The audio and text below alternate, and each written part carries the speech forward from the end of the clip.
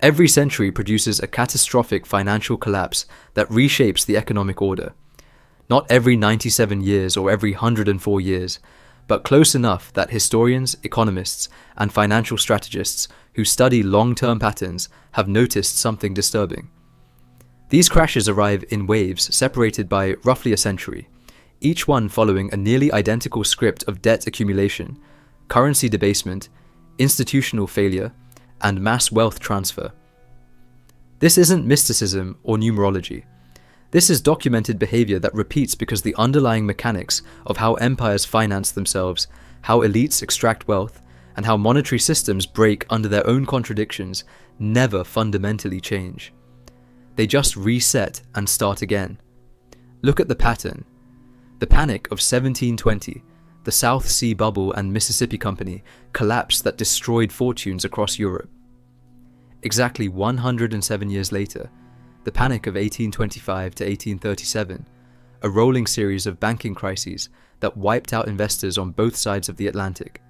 Move forward roughly a century, and you hit 1929, the Great Depression that shattered the global financial system for a decade. Another near-century gap brings you to 2008, the subprime mortgage crisis that required the largest coordinated bailout in history. And if the rhythm holds, we're now sliding into the setup phase for the next one, somewhere between 2030 and 2040. This isn't a prophecy, it's a pattern recognition exercise.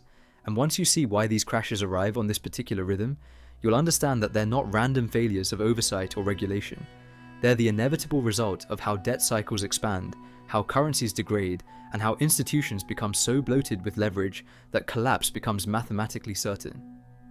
The 100-year rhythm exists because that's how long it takes for a financial system to go from crisis to recovery to expansion to speculative mania to systemic fragility and finally to implosion. And the people who understand this rhythm, the banking dynasties and financial elites who've survived multiple cycles, they don't try to prevent the crashes. They position themselves to profit from them. Let me show you why financial disasters return on this schedule, what drives the century-long cycle, and why the next collapse is already being engineered right now, whether anyone admits it or not. The crashes that define centuries don't happen randomly. They arrive when three conditions converge. First, debt has accumulated to levels that can't be serviced by productive economic activity. Second, the currency that denominates that debt has been debased to the point where creditors lose faith. Third, the institutions responsible for managing the system have become so corrupt or incompetent that they can no longer maintain confidence. These three conditions take time to develop.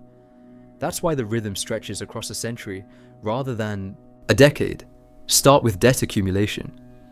In the aftermath of a major financial collapse, societies become conservative. Lending contracts, governments impose restrictions, people remember the pain. This creates a period of what historians call financial repression, where borrowing is limited and growth is slow but stable. But memories fade. The generation that experienced the crash dies off. New financiers, new politicians, new merchants emerge who never lived through the catastrophe. And slowly, over decades, the rules are loosened. Credit expands, borrowing increases, speculation returns. This process takes about 30 to 40 years. By the time you're 2 generations removed from the last crash, the financial system has returned to aggressive lending. Then comes the acceleration phase. Debts that were taken on during stable times become harder to service as interest compounds. Borrowers take on more debt to pay old debts. Governments borrow to fund wars, infrastructure, or welfare programs. Corporations borrow to expand. Households borrow to maintain living standards. And for another 30 to 40 years, this works because economic growth, real or nominal, keeps pace with debt service. But eventually, growth slows, productivity gains diminish, and the debt burden becomes unsustainable. That's when you enter the final phase, the speculative mania. In the decades before a major crash, the financial system becomes untethered from productive activity.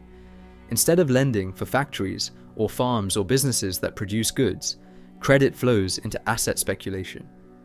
Real estate, stocks, tulips, railroad shares, mortgage-backed securities, whatever the fashionable vehicle of the era happens to be. Prices rise not because underlying value increases, but because credit is abundant and everyone believes prices will keep rising. This phase usually lasts 10 to 20 years, and it ends the same way every time. A triggering event, often small, reveals that asset prices are absurdly disconnected from reality. Panic selling begins. Credit freezes. Institutions holding those assets as collateral face insolvency. And the system collapses. Add those phases together. 30 years of conservative recovery. 30 years of expansion. 20 years of speculation. You get 80 to 90 years, which is close enough to a century that the pattern becomes visible when you zoom out. And here's the critical insight. This rhythm isn't driven by human psychology alone. It's embedded in the mathematics of compound interest and the structure of fractional reserve banking. Debt grows exponentially because of interest. Economic output grows linearly at best. Eventually, the exponential curve overtakes the linear one. When that happens, collapse is certain. The only question is timing. The first clear example of this rhythm in the modern financial era is 1720. By the early 18th century, European governments had discovered the magic of debt financing. England had established the Bank of England in 1694, which allowed permanent government borrowing. France was experimenting with paper money under John Law's schemes, and both nations were funding wars, exploration, and expansion through bonds sold to investors.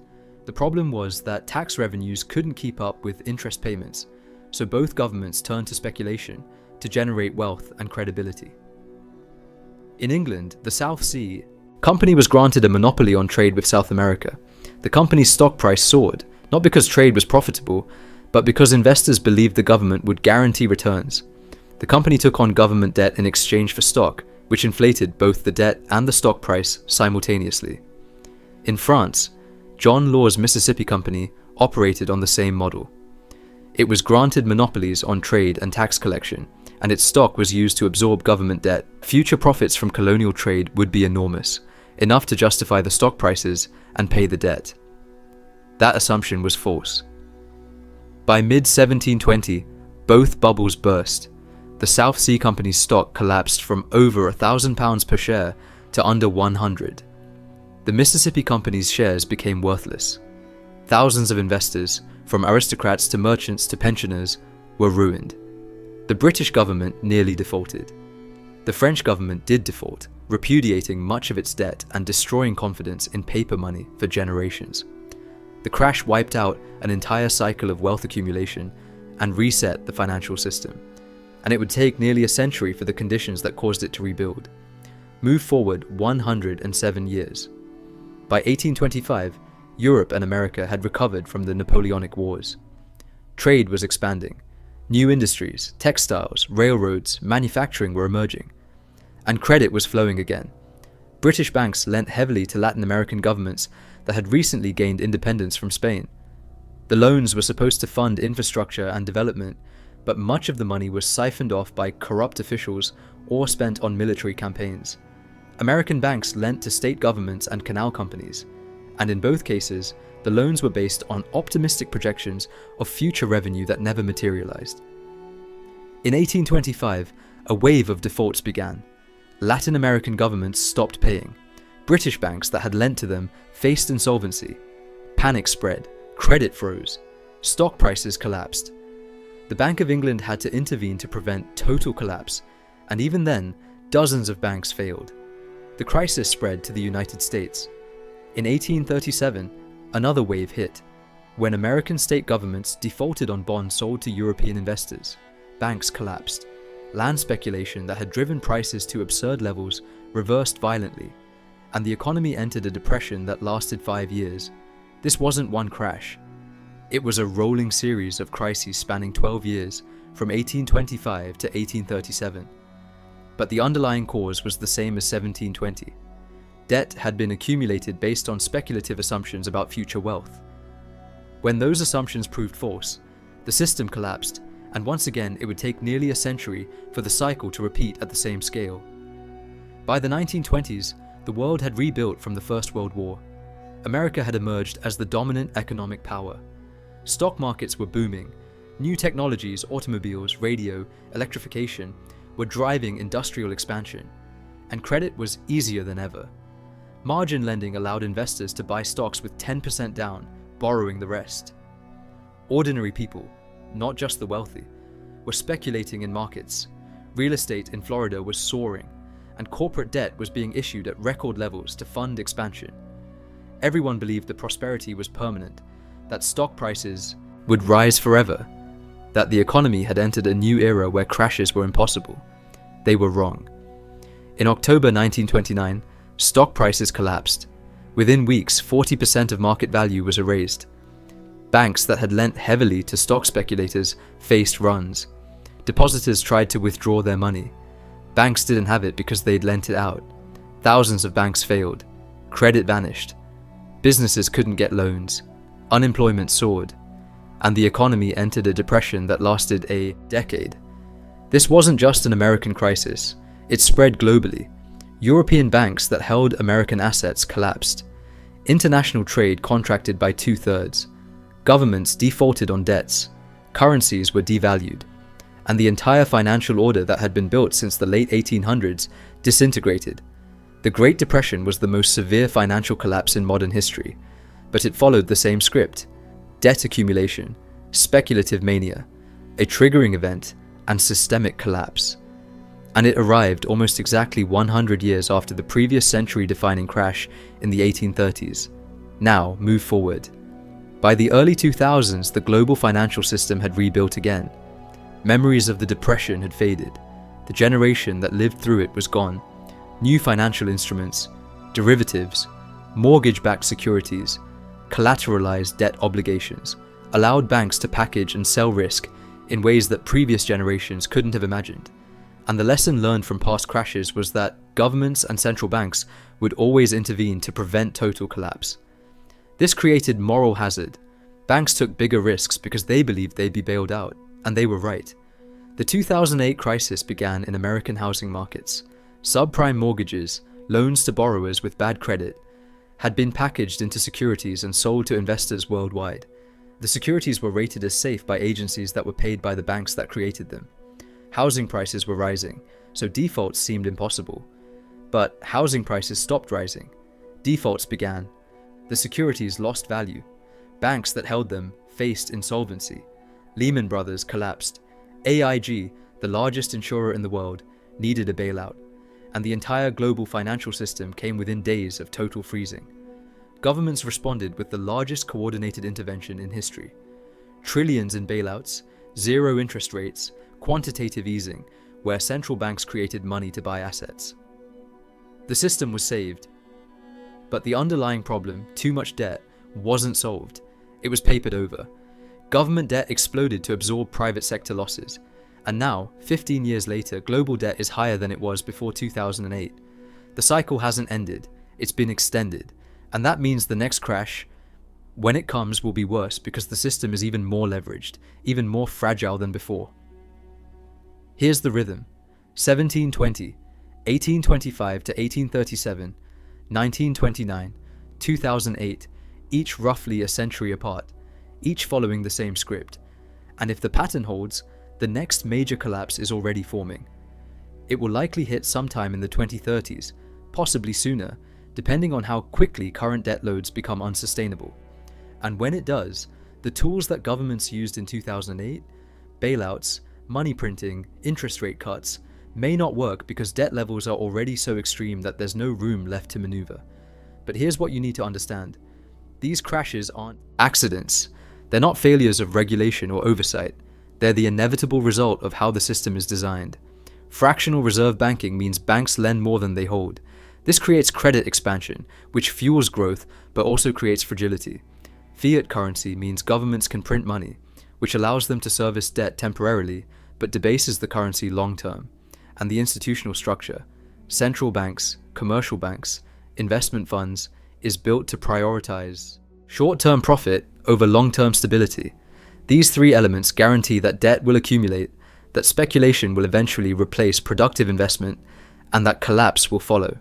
The 100-year rhythm is just how long it takes for those dynamics to play out fully. Now let me show you the specific mechanisms that drive this century-long cycle. Because understanding why the rhythm exists means understanding the forces that make collapse inevitable once certain thresholds are crossed.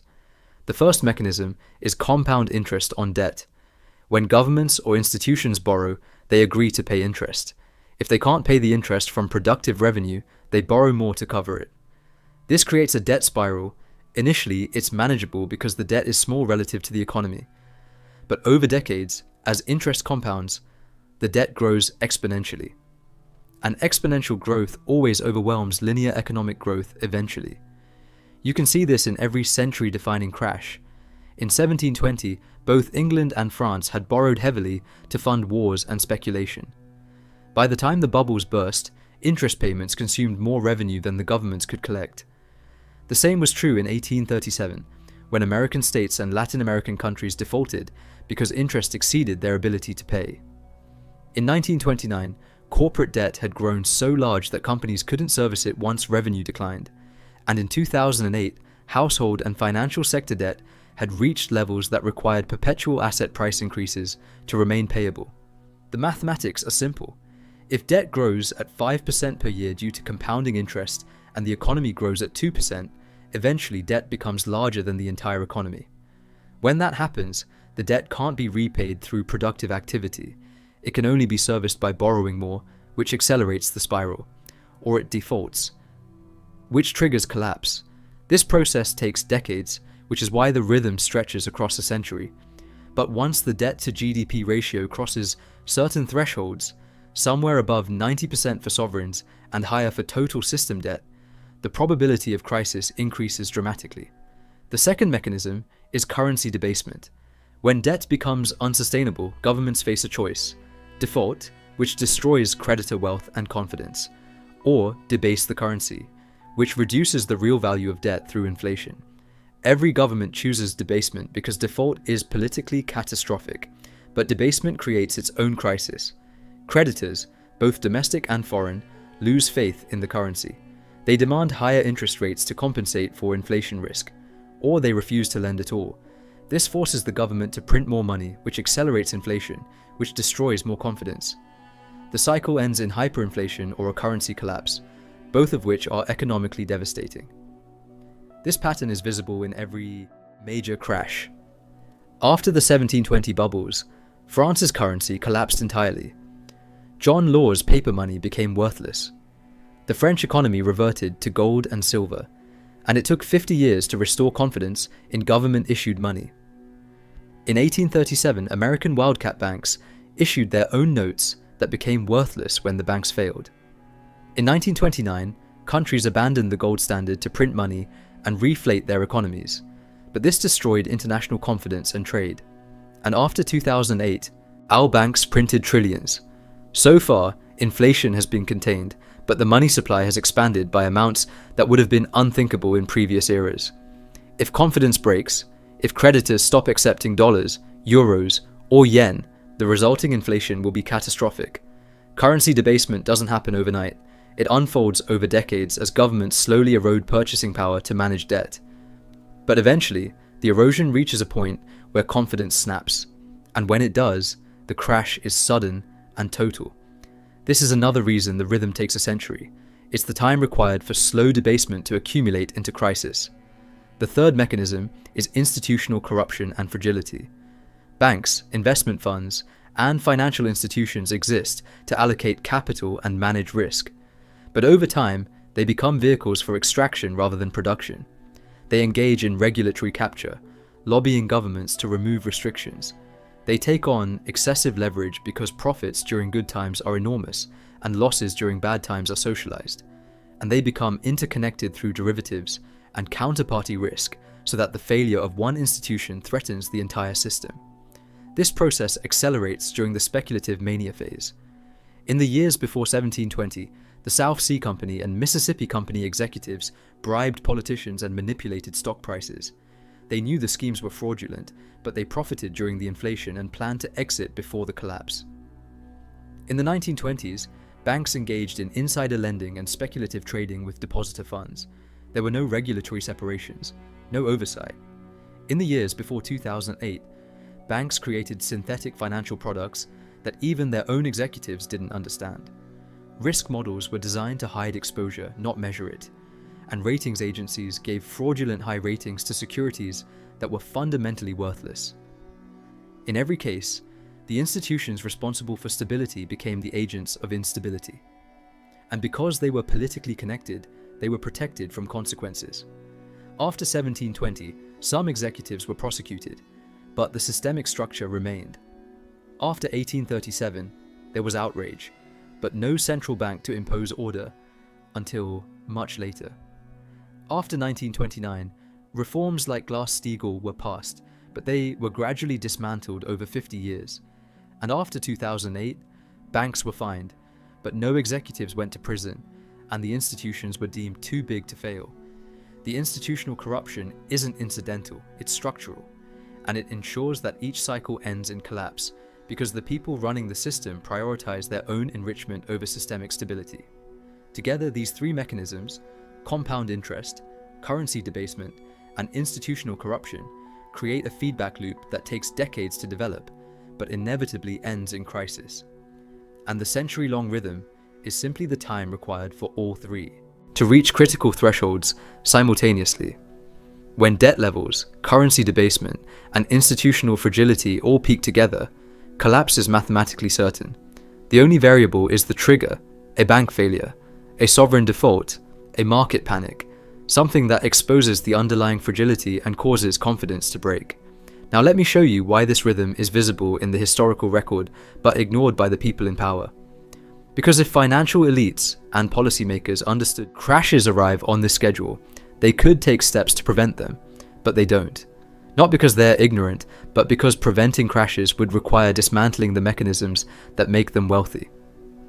The people who profit most from financial systems are creditors, bankers, bondholders, and asset managers. They lend money, collect interest, and hold claims on future wealth. For them, debt isn't a problem, it's an asset.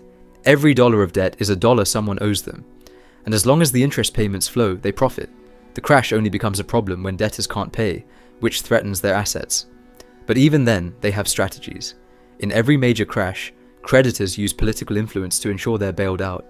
Governments absorb the losses, socialize them through taxes or money printing, and the creditors emerge intact or even wealthier because they can buy distressed assets at collapsed prices. This happened in 1720. After the South Sea bubble, British creditors were made whole through a government restructuring scheme. It happened in 1837. American banks that failed were often reconstituted with government support. It happened in 1929. The Reconstruction Finance Corporation funneled government money to banks to prevent total collapse. And it happened in 2008. Trillions in bailouts, guarantees, and central bank support rescued the institutions that caused the crisis. The pattern is consistent. Creditors profit during the expansion, and they're protected during the collapse. The losses fall on borrowers, taxpayers, and workers. This is why the rhythm isn't interrupted. The people with the power to prevent crashes are the same people who benefit from them. They don't want to reduce debt levels because debt is their income stream.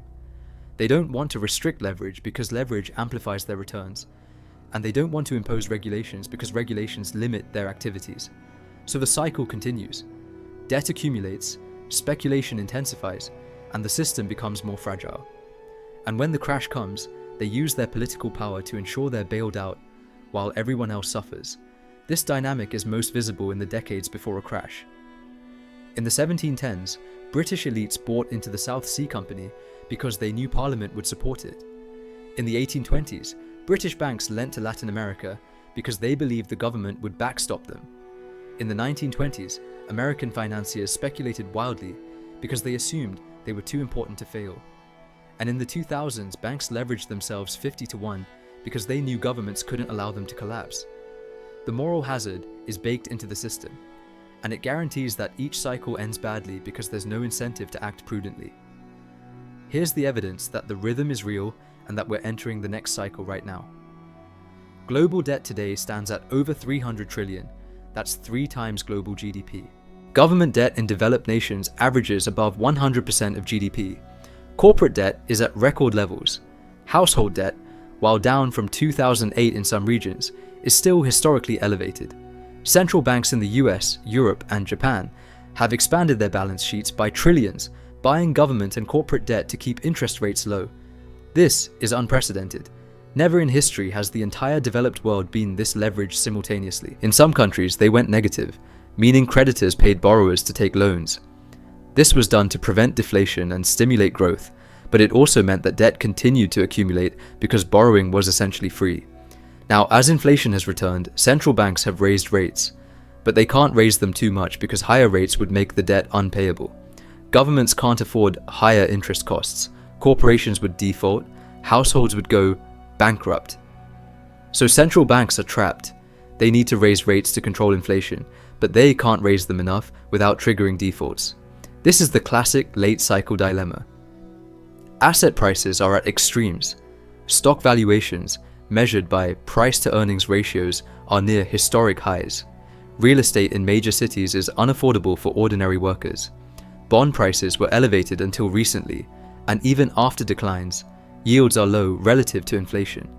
These inflated prices are sustained by the expectation that central banks will keep interest rates low and continue buying assets if necessary. But that expectation is being tested. If central banks can't support markets without triggering runaway inflation, asset prices will collapse. And because so much wealth, both institutional and household, is tied up in these assets, the collapse will be systemic. The parallels to previous cycles are obvious.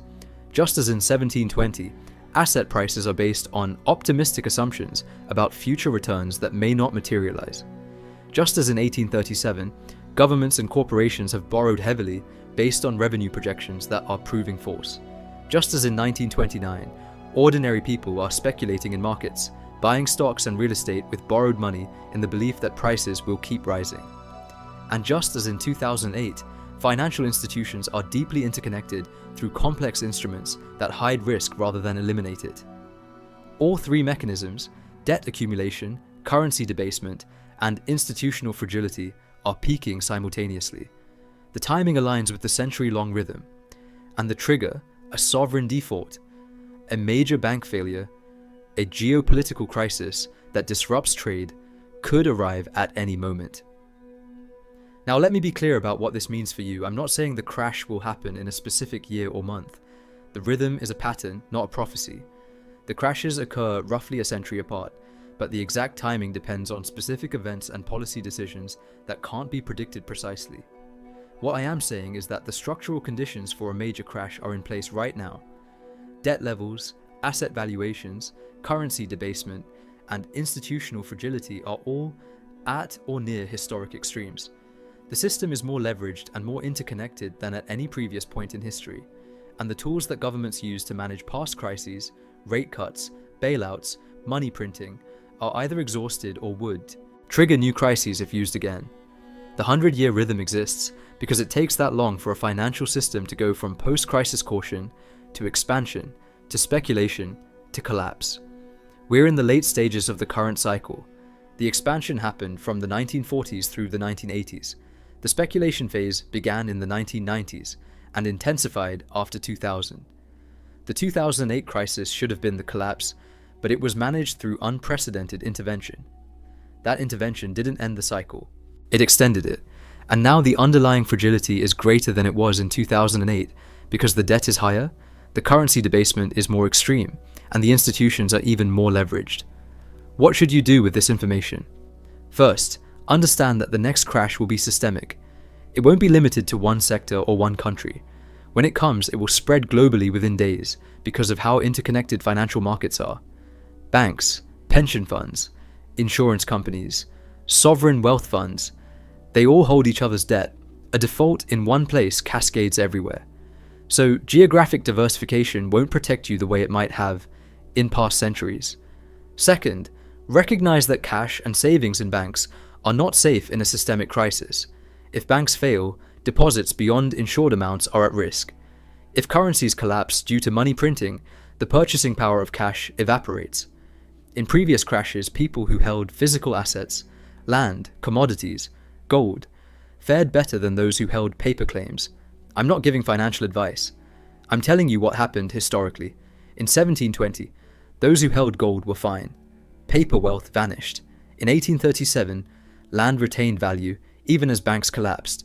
In 1929, people with physical goods, food, tools, shelter survived. Those dependent on financial assets didn't. In 2008, people who held tangible assets, or who had no debt, weathered the storm better than those leveraged into real estate or stocks. Third, understand that governments will respond to the next crash the same way they responded to previous ones. They will bail out the institutions that are politically connected, they will print money to absorb losses, and they will impose austerity on ordinary people through tax increases, benefit cuts, and inflation. This isn't speculation, it's the documented pattern. After 1720, the British government restructured to protect creditors at public expense. After 1837, state governments defaulted but banks were reconstituted. After 1929, the New Deal bailed out banks while unemployment stayed high for a decade. After 2008, banks got trillions while homeowners lost their houses. The pattern is consistent, losses are socialized, gains are privatized, and the people who caused the crisis are protected. The 100-year rhythm is a historical pattern, not a law of nature. But it reflects real economic dynamics that repeat because the structure of debt-based monetary systems hasn't changed fundamentally in 300 years. Debt accumulates through compound interest. Currencies debase to manage that debt. Institutions become corrupt and fragile, and eventually the system collapses under its own weight. The cycle then resets and begins again. We're at the late stage of the current cycle. You can see it in debt levels, in asset prices, in central bank desperation, and in the increasing frequency of financial crises. 2008 was supposed to be the big one, but intervention delayed it. The next step, one will be worse because the imbalances are larger. I'm not telling you this to scare you, I'm telling you because pattern recognition is the only defense you have. If you understand how the cycle works, you can see it coming. You can make decisions that position you to survive it rather than be destroyed by it. And you can avoid the trap that catches most people, the belief that this time is different, that the system is stable, that authorities have everything under control. They don't, and the crashes keep coming, roughly every century, because the incentives that drive debt accumulation, speculation, and collapse are embedded in the structure of the system itself. The 100-year rhythm isn't a conspiracy. It's a consequence of mathematics and human behavior. Compound interest creates exponential debt growth. Fiat currency allows governments to delay default through inflation, and institutional incentives reward short-term extraction over long-term stability. Put those three elements together, and you get a cycle that runs from stability to speculation to collapse over the course of a century. We've seen it 4 times in the modern financial era: 1720, 1837, 1929, 2008, and if the pattern holds, we'll see it again within the next 2 decades. If this changed how you see the financial system, if you understand now that crashes aren't random but rhythmic, built into the structure of debt and currency, then you're ahead of most people. Subscribe if you want to keep tracking these patterns, because the next phase of this cycle is already unfolding. Central banks are trapped between inflation and insolvency, governments are running out of tools, and the institutions that manage the system are more fragile than they've ever been. The rhythm is real, the crash is coming, and the people who see it early are the ones who survive it.